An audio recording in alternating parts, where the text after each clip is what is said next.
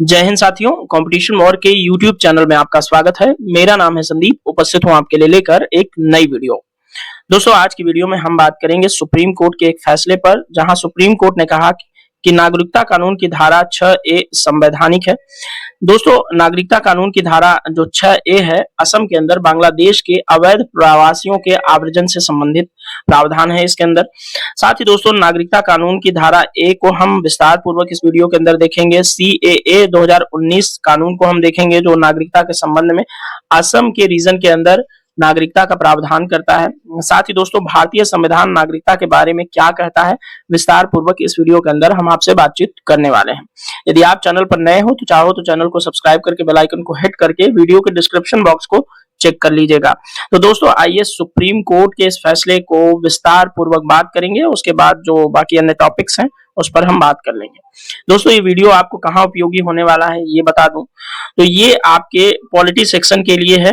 ठीक है, polity section यानी कि राज्य व्यवस्था से संबंधित है, और राज्य व्यवस्था से संबंधित सवाल आपके यूपीएससी के सिविल सर्विस, ठीक है, सिविल सर्विस और पीसीएस के अंदर जो पेपर 2 है मेंस के अंदर, उसमें पूछा जाएगा। और साथ ही जीएस के प्रीलिम्स के अंदर पॉलिटी के सेक्शन से यहां से सवाल बनने वाले हैं। ठीक है, तो ये आपको प्रीलिम्स एंड मेंस के पॉइंट ऑफ व्यू से सभी परीक्षाओं के लिए समान रूप से उपयोगी होने वाला है। ठीक है, तो आइए हम डिस्कस कर लेते हैं सुप्रीम कोर्ट के फैसले के बारे में, जिसमें सुप्रीम कोर्ट ने कहा कि नागरिकता कानून की धारा 6A संवैधानिक है।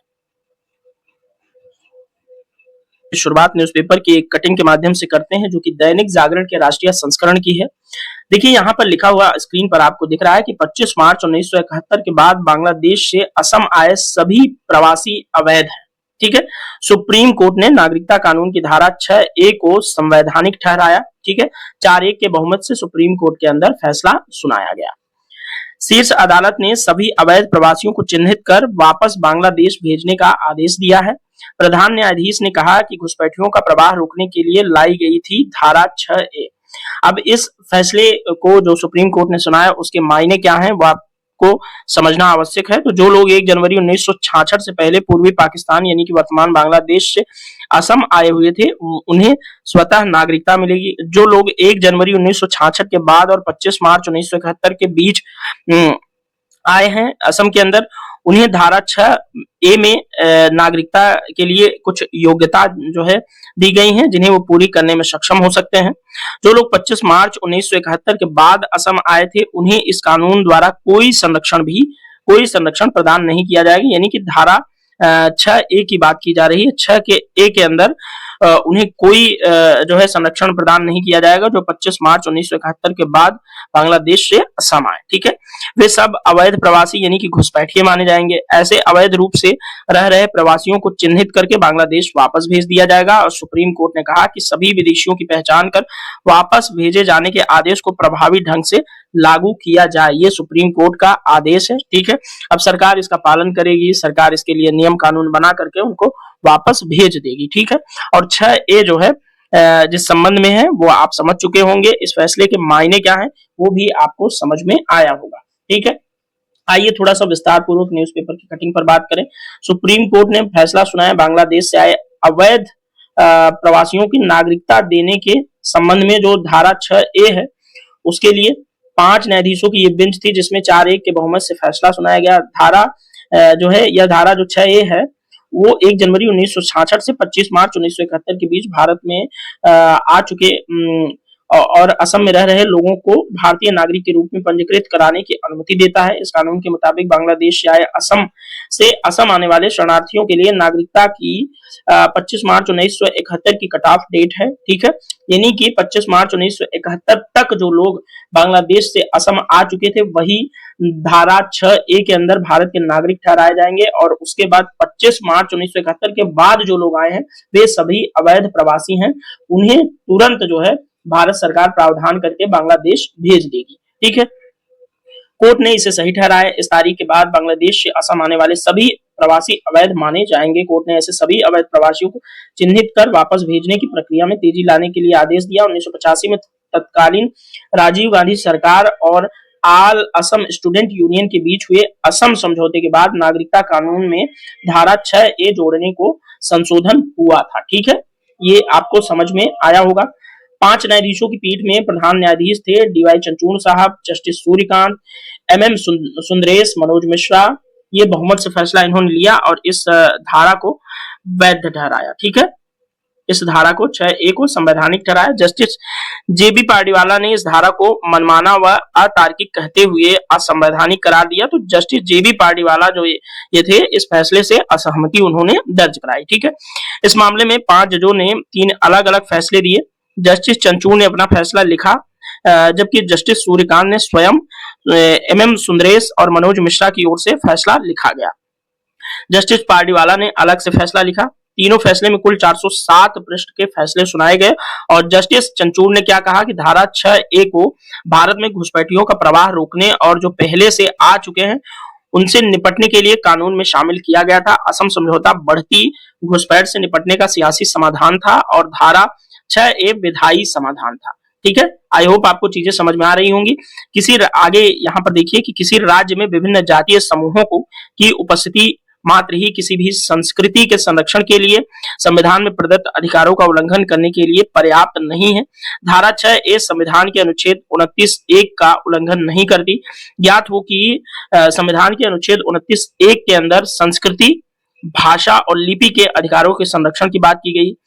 जो इस संबंध में याचिका दायर किए थे उनका कहना था कि बांग्लादेशी घुसपैठियों को नागरिकता देने से असम के मूल निवासियों की संस्कृति और भाषा आदि को नुकसान पहुंचेगा, साथ ही वहां के असम के संसाधनों पर भी अतिरिक्त दबाव पड़ेगा। जो संसाधन असम के लोगों के लिए यूज होने थे वो अब बांग्लादेश से आए अवैध प्रवासी भी उपयोग कर रहे हैं, तो इससे संसाधनों पर दबाव जो है निश्चित तौर पर बढ़ता है। दोस्तों, इस फैसले में सूर्यकांत, जो जस्टिस सूर्यकांत थे, उन्होंने कहा कि धारा 6A बंधुत्व के आधारभूत सिद्धांत के खिलाफ नहीं है, न ही इसका अंतर्राष्ट्रीय कानून के स्थापित सिद्धांत से कोई टकराव होता है। ठीक है, तो आई होप आपको अभी तक पूरी कहानी जो है वो समझ में आ गई होगी। चलिए थोड़ा सा और अंदर चलते हैं तो चीजें और क्लियर होंगी। दोस्तों, आगे अपने फैसले में अवैध प्रवासन को लेकर बात करते हुए सुप्रीम कोर्ट ने कहा कि अवैध आवाजाही को रोकने के लिए एक सुदृढ़ नीति की जरूरत है जिस पर सरकार काम करे। ठीक है, घुसपैठ का सही आंकड़ा उपलब्ध कराने में असमर्थ रही केंद्र सरकार, ऐसा भी सुप्रीम कोर्ट ने कहा। साथ ही शीर्ष अदालत ने असम में लगातार जारी अवैध घुसपैठ पर भी चिंता जताई है। तो आई होप आपको समझ में आया होगा कि असम के अंदर अवैध घुसपैठियों को क्यों भगाया जा रहा है, क्यों उनको वापस बांग्लादेश भेजा जाएगा। कारण यही कि असम के लोगों के रोजगार, असम के लोगों की स्वास्थ्य, असम के लोगों के जो संसाधन है उस पर अतिरिक्त प्रवासियों का दबाव पड़ रहा है। इसलिए असम के लोगों के साथ जस्टिस न हो पाने की वजह से ही सुप्रीम कोर्ट ने असम के लोगों के हक में ये फैसला सुनाया है। ठीक है, आगे यहाँ पर कुछ कंटेंट दिए हुए हैं, आप पढ़ करके वीडियो को थोड़ा सा रोक करके पढ़ के समझ सकते हैं, क्योंकि आगे जो जैसे जस्टिस सूर्यकांत ने कहा और भी किन किन जस्टिस ने क्या क्या इस संबंध में कहा वो दिया हुआ है। हमारे लिए सबसे उपयोगी है जस्टिस पार्डीवाला ने क्या कहा कि धारा 6A का हो सकता है दुरुपयोग, तो इसको समझ लीजिए। तो सुप्रीम कोर्ट के जस्टिस जेबी पार्डीवाला ने गुरुवार को कहा कि 1 जनवरी 1966 और 25 मार्च 1971 के बीच असम में प्रवेश करने वाले प्रवासियों को भारतीय नागरिकता प्रदान करने का प्रावधान करने वाली नागरिकता अधिनियम 1955 की धारा 6A की मनमानी और संवैधानिक रूप से अवैध है। ठीक है, मतलब 6A के लिए मनमानी करना संवैधानिक रूप से अवैध है। बहुमत से फैसले में असहमति जताते हुए जस्टिस पार्डीवाला ने कहा कि जाली दस्तावेज के कारण 6A की धारा 6A की खुली प्रकृति का दुरुपयोग होने की अधिक आशंका हो गई है। इन्होंने कहा कि अन्य बातों के अलावा असम में प्रवेश की गलत तारीख, गलत वंशावली, भ्रष्ट अधिकारियों द्वारा बनाए गए झूठे सरकारी रिकॉर्ड, अन्य रिश्तेदारों द्वारा प्रवेश की तारीख की बेईमानी से पुष्टि आदि को स्थापित करने के लिए जाली दस्तावेजों का इस्तेमाल किया जाता है ताकि उन अवैध प्रवासियों की मदद की जा सके जो 25 मार्च 1971 के बाद असम में प्रवेश करने के कारण धारा 6A के तहत पात्र नहीं है। तो इन्होंने धारा 6A के दुरुपयोग के संबंध में अपनी कुछ बातें कही। ठीक है, क्या है पूरा मामला इसको समझ लीजिए। तो राजीव गांधी सरकार ने और असम स्टूडेंट यूनियन के बीच 1985 के अंदर जो है असम समझौता हुआ, जिससे 1985 में ही नागरिकता कानून के अंदर धारा 6 नाम से एक अतिरिक्त धारा जोड़ी गई, धारा 6A के नाम से। धारा मतलब अनुच्छेद जो नागरिकता का अनुच्छेद 6 है उसके अंदर एक अतिरिक्त धारा 6A जोड़ दिया गया। ठीक है, अब इसके जरिए बांग्लादेश से प्रवेश कर असम में रहने वाले प्रवासियों को नागरिकता के लिए कट ऑफ डेट के साथ विशेष शर्तें भी जोड़ी गई थी। इस मामले में गैर सरकारी संस्था असम पब्लिक वर्क्स ने 2009 में सुप्रीम कोर्ट में याचिका दायर कर असम की मतदाता सूची से अवैध घुसपैठियों को हटाने और नेशनल रजिस्टर ऑफ सिटीजन 1951 को अपडेट करने की मांग की थी। जो CAA लाया गया था 2019 में, वो इसी के तहत लाया गया था। ठीक है, इसीलिए मैंने इस डिस्कशन के अंदर CAA को शामिल किया हुआ है। दोस्तों, सुप्रीम कोर्ट की 2 न्यायाधीशों की पीठ ने NRC अपडेशन प्रक्रिया की निगरानी शुरू की। इसके बाद 2012 में असम सम्मिलिता महासंघ और अन्य संगठनों ने सुप्रीम कोर्ट में याचिकाएं दाखिल कर नागरिकता कानून की धारा 6A को भेदभावपूर्ण, मनमाना और गैर कानूनी बताते हुए चुनौती दी। याचिकाकर्ताओं का कहना था कि बांग्लादेश से आए अवैध घुसपैठियों को नागरिकता देने का कानून रद्द किया जाए। असम के कुछ मूल निवासी संगठनों की ओर से भी याचिका थी, जिन्होंने बड़ी संख्या में विदेशियों को नागरिकता देने से असम के मूल निवासियों की संस्कृति नष्ट होने का खतरा जताया था। लेकिन सुप्रीम कोर्ट ने बता दिया है कि देखिए 25 मार्च 1971 तक जो लोग बांग्लादेश से असम आ चुके थे, उन्हें धारा 6A के तहत नागरिकता देना ही पड़ेगा। लेकिन उसके बाद 25 मार्च 1971 के बाद जो आए, उन सभी को अवैध घुसपैठिए मानते हुए उन्हें वापस बांग्लादेश भेज दिया जाएगा, जिससे आपके संसाधनों की भी सुरक्षा एक हद तक हो पाएगी। ठीक है, तो ये रही पूरी डिस्कशन जो है। आगे बढ़ेंगे इस डिस्कशन के अंदर। देखिए यहाँ पर 5 जजों की बेंच में से 4 ने सहमति जताई और जस्टिस पारदीवाला ने असहमति जताई। पारदीवाला का क्या कहना है वो देख लीजिए। जस्टिस सूर्यकांत ने क्या कहा और CJI यानी कि हमारे चंदू भाई ने क्या कहा। सॉरी फॉर दैट, मतलब लेकिन बड़े क्यूट से आदमी हैं हमारे चीफ जस्टिस, इसलिए चंदू भाई कभी कभी निकल जाता है। देखिए अवैध प्रवासियों से जुड़े आंकड़े क्या हैं। अब तक 17,861 विदेशियों को भारतीय नागरिकता दी जा चुकी है। ठीक है, 2017 से 22 तक 14,346 विदेशियों को उनके देश भेजा गया।